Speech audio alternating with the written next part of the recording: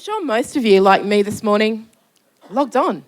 Out of all the myriad of choices that you had to go to work or do other stuff in life, you worked. But do you know why? Do you know what drives you to get up and go to work every morning? Look, I'm a quantitative researcher, so there's going to be a graph. There is only one graph, I promise. This one tells us of 80 years of an average human life, so nobody in the audience then. You'll spend 13 of those years at work. That's the red stain on the graph. We spend more time at work than we do eating, sleeping, and socialising.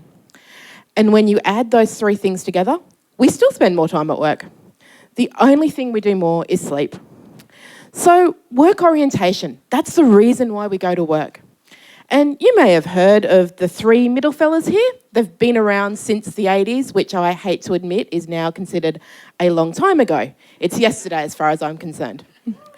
The first one is job. So some people go to work simply to make money and they find their meaning in other things. Might be coaching their kids' sports teams, might be doing art, might be creative, finding other things to do. There's a new reason that's only come out in the last couple of years that some people go to work because they want to be socially embedded. They want to be peas in a pod with other people and belong to something bigger than themselves. Now, then there's our people, our traditional called people, you know, the nuns, the school teachers, the nurses. They might have been found a calling from whatever religious deity they want. Or these days, they're people who are looking for, what does it really mean to be me? Then there's a whole bunch of research that says, hey, humans really like structure, and there's 168 hours in a week. How are we going to fill them? Working's a great way to fill up some of them, and so some people simply work to be busy. And then you've got the career-oriented, the people that are climbing the greasy pole. It's all about achievement, doing the next thing, what's going to happen next. Career people, they're kind of fun. They can also be really annoying. Like I said, I'm a researcher, and like all good researchers in history, I research myself. Thankfully, I didn't have to swallow any radium or inject myself. You know, it was a little bit intense. I just did a survey and assessed it. So I'm going to tell you a little bit about me first, and then you'll see if you can work out where I am before I tell you what my orientation is. I grew up a block away from this beach. I never swam at it until I was in my mid-30s because I couldn't swim until I was in my mid-30s.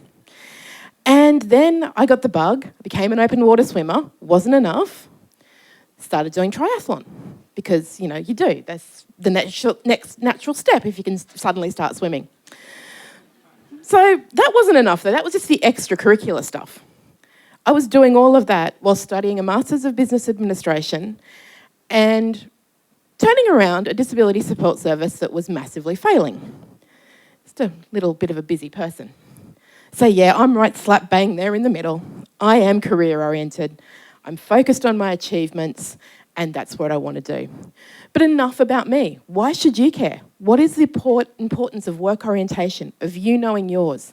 And more importantly, knowing the work orientation of all the people that are in your team, that are in your organisation. I mean, it is really fun. Once you know this stuff, you can't help it. The inner psychologist comes out in all of us. And you start going, I wonder what they are. And what are they? And I think they're definitely a social embeddedness. And yeah, their career. But the point of this is that it lets us then understand their motivations. And also, it lets us accept them. If we know that we've got, like a footy team, a whole heap of different people in our teams, in the way that they approach the world, we can start to think about how can we best structure them to perform. Or as Evil Tracy likes to think of it, how can we best manipulate them to perform? Because as much as we want to talk about motivation being positive, really it's just a form of manipulation, but a nice one. Work orientation is really important. Research has actually found that job satisfaction is related to work orientation.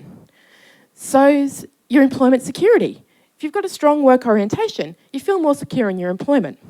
You can also work out how likely someone is to leave their work based on their work orientation. And the really interesting ones, your life satisfaction and your health are related to your work orientation. It's a great way to analyse your team.